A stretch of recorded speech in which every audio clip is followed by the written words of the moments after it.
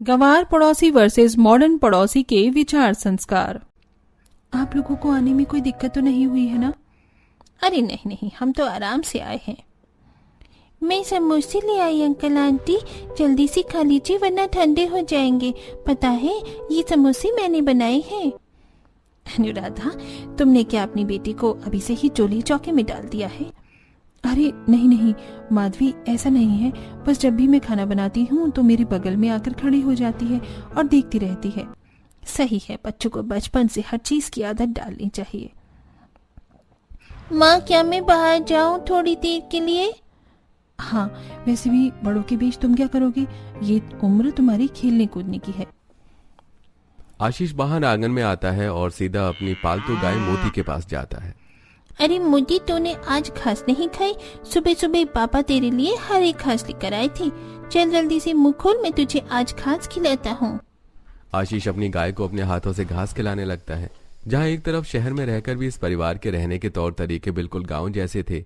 आंगन में गाय पालन, एक तरफ गांव वाले परिवार ने सब्जी के पौधे लगाए थे। सब्जी की कुछ बेल छत से लटक रही थीं। अपनी दूसरी जमीन पर खेती, सब कुछ इनका गांव जैसा ही था। वहीं उनके घर के बगल में एक मॉडर्न परिवार का भी घर था, जिनकी सोच शहरी लोगों की तरह ही मॉडर्न थी। इस बार तो जिसने भी स्टॉक मार्केट में पैसा लगाया, सबका पैसा डूब गया। वैसे केतन बेटा, ये तुम नोटपैड में क्या लिख रहे हो? और तुम्हें क्या बड़ों की बिजनेस की बातों से बोर नहीं हो रहा? मेरा बेटा होता तो कब का उठकर चला जाता। वैसे केतन बेटा, तुम्हें बड़ा होकर क्या बनना है? डॉक्टर, इंजीनियर या पुलिस? अंकल, मुझे तो बड़ा होकर बिल्कुल अपने पापा जैसा एक बहुत बड़ा बिजनेसमैन बनना है। जब मैं बड़ा हो जाऊंगा ना, तो पापा के बिजनेस को और बड़ा करूंगा। और आप लोग जो स्टॉक मार्केट की बात कर रहे हो ना, मैं वही इसमें लिख रहा हूँ, ताकि मुझे याद रहे और आगे चलकर ये मेरे काम आए। महेश, तुम्हारा छोटा बेटा तो बहुत समझदार है। उसकी बातें सुनकर लग रहा है कि एक दिन ये तुम्हें इस देश का नंबर 1 बिजनेसमैन बनाकर रहेगा। वैसे तुम्हारा बड़ा बेटा कहाँ है? कहीं दिख नहीं रहा। लगता है बाहर है, मैं उसे बुलाकर लाता हूं। अपने बड़े बेटे विनीत को ढूंढते हुए राजेश जैसे ही अपने गार्डन में आता है तो देखता है कि उसका बेटा आशीष के साथ उसकी गाय को घास खिला रहा है। और वहीं जब महेश जल्दी से अपनी पत्नी को आवाज लगाता है तो, क्या हुआ जी, आपने बुलाया? हमारा विनीत उस गवार परिवार के बच्चों के साथ क्या कर रहा है? अगर मेरे किसी दोस्त ने देख लिया तो वो क्या कहेंगे? मुझे तो ये बाहर खेलने के लिए बोलकर गया था। जल्दी से लेकर आओ, ये लड़का तो हमारी नाक कटवा कर रहेगा। माया जल्दी से विनीत के पास जाती है और उसके हाथ से घास छीनकर फेंक देती है। तुझे इतना पढ़ा लिखा इसलिए रहे हैं कि इस गवार के साथ गाय को चारा खिलाए? माँ, मुझे केले दो ना। मोती कितनी प्यारी है, मुझे भी ऐसी ही गाय चाहिए। इस गवार के साथ रहकर तेरी बातें भी गवारे वाली होती जा रही हैं। चल यहाँ से। माया जबरदस्ती विनीत को ले जाने लगती है कि तभी अनुराधा वहां आती है। क्या कर रही हो माया? बच्चा है, खेलने दो ना। गवार के साथ खिलाकर मुझे अपने बच्चे को गवार नहीं बनाना। अनुराधा के परिवार का गांव के तरीके से रहना, खान पीन, खेती करना, ये सब इस मॉडर्न परिवार को काफी गवार लगता था, जिसके चलते वो लोग गवार फैमिली को बिल्कुल पसंद नहीं करते। माया आशीष के कपड़े बदलवा कर उसे सबके सामने लेकर आती है। सबके सामने आशीष गूंगा बनकर बैठा होता है, जिसे देख, अरे राजेश, तेरा बड़ा बेटा तो कुछ बोल ही नहीं रहा। अरे ये थोड़ा शर्मीला है ना, इसलिए। विनीत शुरू से ही पढ़ाई लिखाई में अच्छा नहीं था, तो वहीं केतन पढ़ाई में काफी तेज था, जिसके चलते हर समय उसके माता पिता हमेशा उसे उसके छोटे भाई से कंपेयर करते थे। वहीं दूसरी तरफ हॉल में बैठे माँ बाप। माँ, पापा, इस साल भी मैंने क्लास में टॉप किया है। मैं तो पहले से ही जानती थी कि मेरी गुड़िया इस बार भी टॉप करेगी। लेकिन मैंने टॉप नहीं किया। मैंने आपसे वादा किया था कि मैं क्लास में फर्स्ट आऊंगा, लेकिन इस बार भी मैं सिर्फ पास हो पाया हूँ। बेटा, इसमें उदास होने वाली कौन सी बात है? तुम इतने अच्छे नंबर से पास हुए हो और जरूरी नहीं कि हमेशा लाइफ में फर्स्ट आओ। तुम दोनों ही पढ़ने में काफी अच्छे हो। चलो आज हम तुम दोनों के अच्छे नंबर आने की खुशी में बाहर चलकर खाना खाते हैं। जहां एक तरफ गवार परिवार अपने बच्चों के अच्छे नंबर लाने पर उन्हें अप्रिशिएट करता है और बाहर ले जाता है, तो वहीं दूसरी तरफ विनीत के कम नंबर लाने की वजह से महेश उसे थप्पड़ मारता है। अरे 60% में कोई मार्क्स होते हैं? क्या तू नालायक का नालायक ही रहेगा? पापा, मैंने बहुत मेहनत की थी। दिखती है तेरी मेहनत। आज के बाद तेरा खेलना कूदना बंद, तो सिर्फ पढ़ाई करेगा। अरे अपने छोटे भाई से कुछ सीख, क्लास में टॉप किया है उसने। महेश बार बार अपने बड़े बेटे को नीचा दिखाता था। कम उम्र में ही इतना गुस्सा और कंपैरिजन देखकर अब धीरे धीरे विनीत बिगड़ने लगा था। ये वॉच उन्होंने जापान से मंगवाया था और तुमने इसे तोड़ दिया। मैं सब तोड़ दूंगा, जो आप लोगों को पसंद नहीं सब तोड़ दूंगा। वहीं दूसरी तरफ कमरे में लेटी दादी आंचल के पैर दबा रही थी। तभी आशीष, मेरे दोनों पोता पोती को तो मेरी भी उम्र लग जाए, कितनी सेवा करते हैं मेरी। अरे बच्चों अब बस भी करो, और कितने पैर दबाओगे। परिवार चाहे मॉडर्न हो या गंवार, लेकिन सबसे जरूरी किसी भी परिवार के संस्कार होते हैं। गलत परवरिश और संस्कारों के चलते एक बच्चे की पूरी जिंदगी बिगड़ जाती है। बीतते समय के साथ साथ विनीत के साथ भी कुछ ऐसा ही होता है। गलत लोगों की संगति में विनीत बिगड़ते जा रहा था, तो वहीं अंजू और आशीष बड़े होने के साथ साथ और भी संस्कारी होने लगते हैं। इसी तरह कुछ साल गुजर जाते हैं। यही उम्मीद थी मुझे। क्या हुआ जी, अब क्या कर दिया इसने? और आप तो इसे लेकर मीटिंग में गए थे ना? हाँ, इसे लेकर मैं मीटिंग में गया था ताकि ये नालायक मीटिंग में क्या होता है क्या नहीं समझ सके, बिजनेस स्किल्स को जान सके। लेकिन वहां ये गूंगा बनकर बैठा रहा, किसी भी चीज का कोई रिप्लाई नहीं दिया। अरे जब कंपनी के मालिक का बेटा ही ऐसा है तो एम्प्लॉय से तुम काम की क्या ही उम्मीद कर सकते हो? तो जैसी औलाद से अच्छी तो भगवान मुझे एक ही औलाद दे देता। पापा बस भी करिए, आप क्या बोले जा रहे हैं? बेटा अब तुझसे ही मुझे सारी उम्मीदें हैं, पता नहीं क्यों इसे हमने जन्म दिया। हाँ, तो मार क्यों नहीं दिया? इस वक्त मुझे भी आप लोगों का बेटा बनकर खुशी नहीं मिल रही है, समझे आप?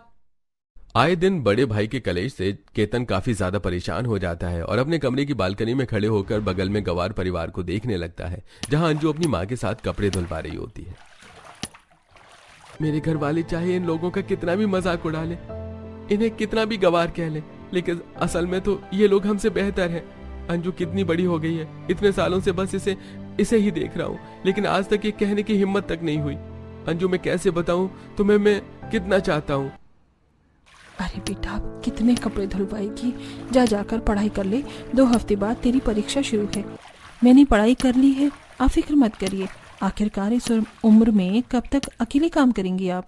अब जब हमारी कुड़िया रानी तुम्हारी मदद करवा ही रही है तो भाग्यवान, जाकर जरा चाय बना करके आओ। चाय का नाम लिया और चाय हाजिर, और चाय के साथ साथ मैंने गर्मा गर्म सैंडविच भी बनाए हैं। अरे क्या बात है, तू भी अपनी बहन की तरह खाना बनाना सीख गया।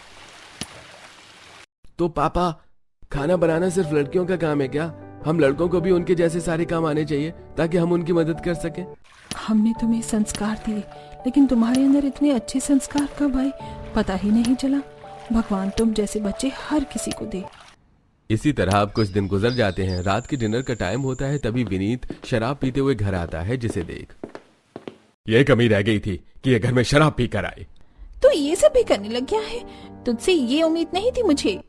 उम्मीद तो मुझे आप दोनों से भी नहीं थी कि आप लोग मेरे साथ ये सब करेंगे। मैं आज जैसा हूँ ना, सिर्फ आप दोनों की बदौलत हूँ। माँ बाप के होते हुए भी मैंने खुद को हमेशा अनाथ महसूस किया। अब ये शराब ही मेरा सहारा है। बचपन के टॉर्चर और तानों के चलते विनीत काफी बिगड़ चुका था। वो आए दिन अपने दोस्तों के साथ नशा करता और उसकी हालत में घर में आता। इसी तरह कुछ दिन और गुजर जाते हैं। अम्मा, आप मंदिर की सीढ़ियों पर क्यों बैठी हैं? कितनी धूप हो रही है, आप अंदर क्यों नहीं जाती? अरे बेटा, इन लोगों ने माता का मंदिर इतना ऊपर बना दिया है कि अब तो सीढ़ी चढ़ने की भी हिम्मत नहीं हो रही है। आपको देखकर मुझे मेरी दादी की याद आ गई। वो तो बिल्कुल चल नहीं पाती, इसलिए मैं उन्हें अपनी पीठ पर बिठाकर अक्सर मंदिर लेकर आता हूँ। अगर आप कहें तो मैं आपको भी इसी तरह से ले जा सकता हूँ। आशीष उस बूढ़ी अम्मा को पीठ पर बिठाकर सीढ़ियां चढ़ते हुए मंदिर के अंदर ले जाता है। भगवान तुम्हारा भला करे बेटा, तुम्हारी झोली में हमेशा खुशियां हो। बूढ़ी अम्मा से आशीर्वाद लेकर आशीष घर के लिए निकल जाता है। तभी वो रास्ते में देखता है कि 2 लड़के विनीत को बुरी तरह से मार रहे हैं। 1 हफ्ते की मोहलत दे रहे हैं, अगर हमारे सारे पैसे नहीं दिए तो तुझे जिंदा नहीं छोड़ेंगे। अरे तब तक के लिए तेरी ये बाइक ले जा रहे हैं, अगले हफ्ते तक पैसे आ जाने चाहिए। वो दोनों लड़के विनीत की बाइक ले जाते हैं, तो वहीं आशीष भागा भागा विनीत के पास आता है और देखता है कि विनीत नशे में है। हे भगवान, उन्होंने तुम्हें कितना मारा और तुमने दिन में भी पी रखी है। आशीष विनीत को संभालते हुए उसे उसके घर ले जाता है। जब महेश विनीत की ऐसी हालत को देखता है तो ये मेरे बेटे को इतनी चोट कैसे लगी? रास्ते में 2 लड़के विनीत को बहुत मार रहे थे और उसकी बाइक भी ले गए। उनसे शायद विनीत ने उन पैसे ले रखे हैं। वो इसी बारे में कुछ बात कर रहे थे। हे भगवान, अब लड़का लोगों से कर्जा भी लेने लगा है और तुम खड़े खड़े क्या देख रहे हो? इसे छोड़ने आए थे ना, छोड़ दिया ना, अब जाओ यहाँ से। आशीष का शुक्रिया अदा करने के बजाय महेश उसे धिक्कार देता है। अब अपने बेटे को अंदर ले जाता है। रोज रोज अपने बेटे की इन हरकतों से परेशान महेश उसकी शादी करने का फैसला करता है। कमरे में बैठी माया, आपका दिमाग तो खराब नहीं हो गया है? इसकी शादी करवाकर आने वाली बहू की जिंदगी भी खराब करनी है क्या आपको? तुम समझते क्यों नहीं? शादी करके तो कल को अपनी रिस्पॉन्सिबिलिटी समझ पाएगा। अब अपने बच्चों को तो यही खिलाएगा ना। महेश जल्द से विनीत के लिए रिश्ते देखना शुरू कर देता है। तो वहीं दूसरी तरफ गांव से आशीष के लिए भी आज एक रिश्ता आता है। हमें तो लड़की पसंद है बेटा, तुम्हारा क्या कहना है? लड़की गांव से है पर काफी अच्छे घर से है। दीदी से पहले कर लो शादी तुम। ये तो अभी और पढ़ाई करना चाहती है। आप लोगों ने पसंद की है तो अच्छी होगी। मुझे तो बस एक ऐसी लड़की चाहिए जो मेरे परिवार को जोड़े और बहुत प्यार करे। इसका मतलब तुम्हारी तरफ से भी हाँ है? अपने बेटे का रिश्ता तय हो जाने की खुशी में अनुराधा मिठाई लेकर जब माया के घर उसे शादी में न्योता देने के लिए आती है तो तुमने सोच भी कैसे लिया कि तुम गवार पड़ोसी के घर की शादी में हमारा मॉडर्न परिवार आएगा? निकलो यहाँ से और मिठाई भी ले जाओ। अनुराधा को काफी बुरा लगता है, लेकिन वो माया से ज्यादा कुछ नहीं कहती और घर आ जाती है। तो वहीं दूसरी तरफ महेश को भी विनीत के लिए अपने बिजनेसमैन दोस्त की बेटी संजना पसंद आ जाती है और कुछ दिनों में विनीत और संजना की शादी हो जाती है। तो वहीं अनुराधा भी गांव से अपनी बहू ले आती है, जहां महेश को उम्मीद थी कि शादी के बाद विनीत शायद सुधर जाए, पर विनीत उसकी इस उम्मीद पर पानी फेर देता है, कमरे में शराब पीते हुए। हमारी शादी को अभी ठीक से 1 हफ्ता भर भी नहीं हुआ और तुमने पीना शुरू कर दिया। तुम्हें देखकर तो लगता है कि तुम एक नंबर की शराबी हो। देखो संजना, तुम्हें कुछ पता नहीं मेरे बारे में, तो इसलिए अपनी बकवास बंद करो, समझी?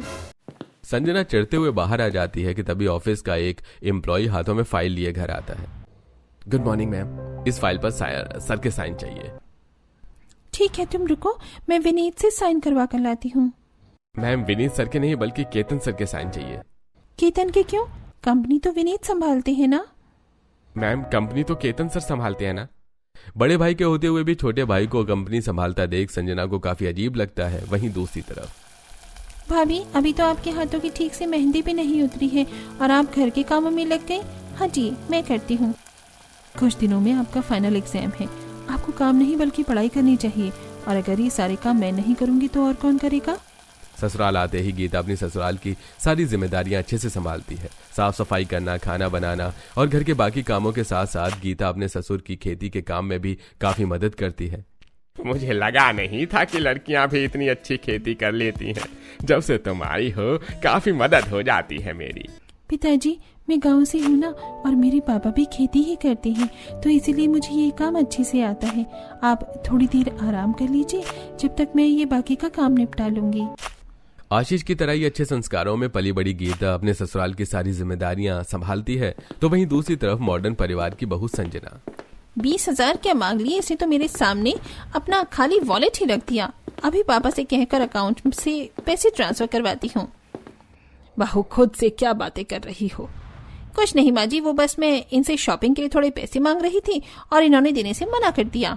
तुम जानती हो कि विनीत घर पर ही रहता है, अपने छोटे मोटे खर्चों के लिए भी अपने भाई से पैसे मांगता है। तुम्हें जितने पैसे चाहिए तुम केतन से मांग लो। संजना समझ जाती है कि उसके पति की खराब आदतों के चलते घर में उसकी जरा भी इज्जत नहीं है और सब उसके छोटे भाई को ही मानते हैं खाने की टेबल पर। केतन बेटा, मैंने शहर में एक नया प्लॉट लिया है, सोच रहा हूँ उसे तुम्हारे नाम कर दूं। कुछ पेपर्स दे रहा हूँ, उन पर साइन कर देना। ये सब क्या हो रहा है? इस तरह तो ये लोग सारी प्रॉपर्टी केतन के नाम ही कर देंगे और मेरे हिस्से में तो कुछ नहीं आएगा। कल को मेरे बच्चे भी केतन के बच्चों से पैसे मांगेंगे। मैं ऐसा नहीं होने दे सकती। अब तो कुछ करना ही पड़ेगा। घर परिवार को जोड़ने की बजाय संजना दरार पैदा करना शुरू कर देती है और धीरे धीरे अपने पति को अपने परिवार के खिलाफ भड़काती है। वहीं दूसरी तरफ अरे गीता बहू, रात के 12 बज गए हैं।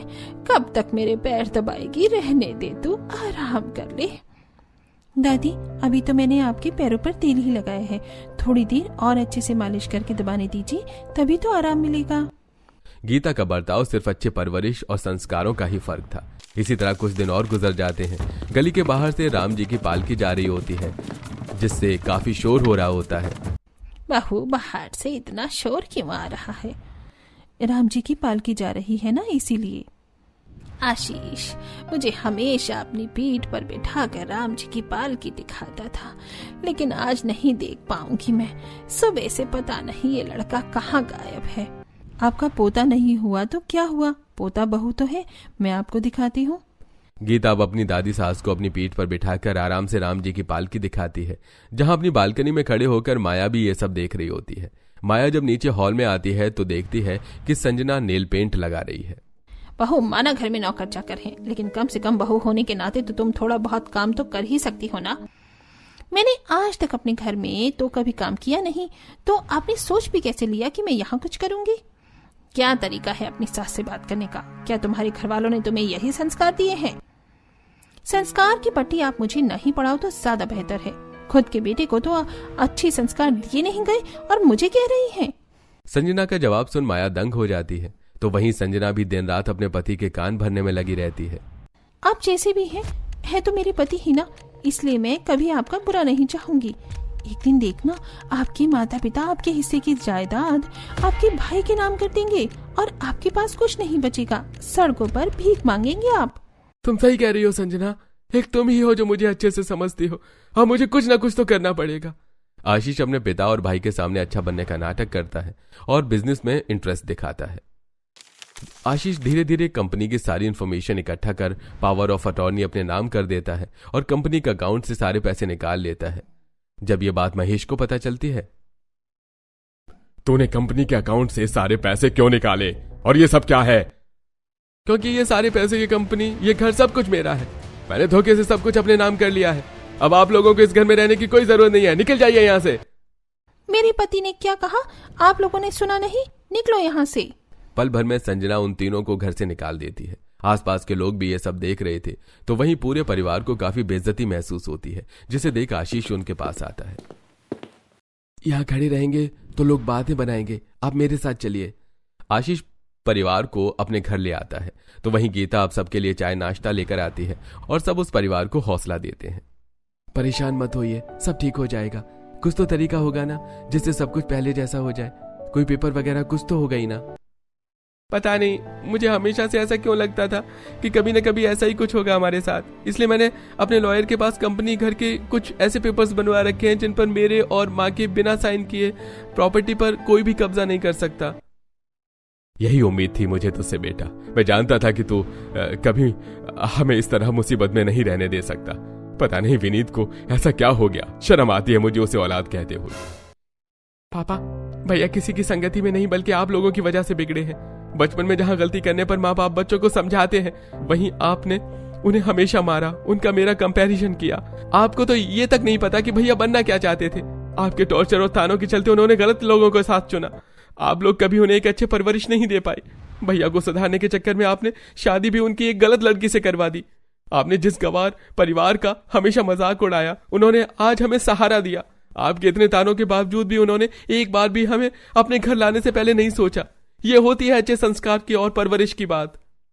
केतन की बातों को सुनकर महेश और माया को जिंदगी में आज पहली बार कहीं ना कहीं अपनी गलती का एहसास होता है। तो वहीं केतन लॉयर के पास जाकर उन पेपर्स के जरिए वापस सारी प्रॉपर्टी और कंपनी को वापस पा लेता है। तो अब संजना अपने पति को लेकर अपने मायके चली जाती है और अब विनीत घर जमाई बनकर एक जिल्लत भरी जिंदगी जीता है। तो वहीं केतन अंजू से अपने प्यार का इजहार कर उससे शादी कर लेता है।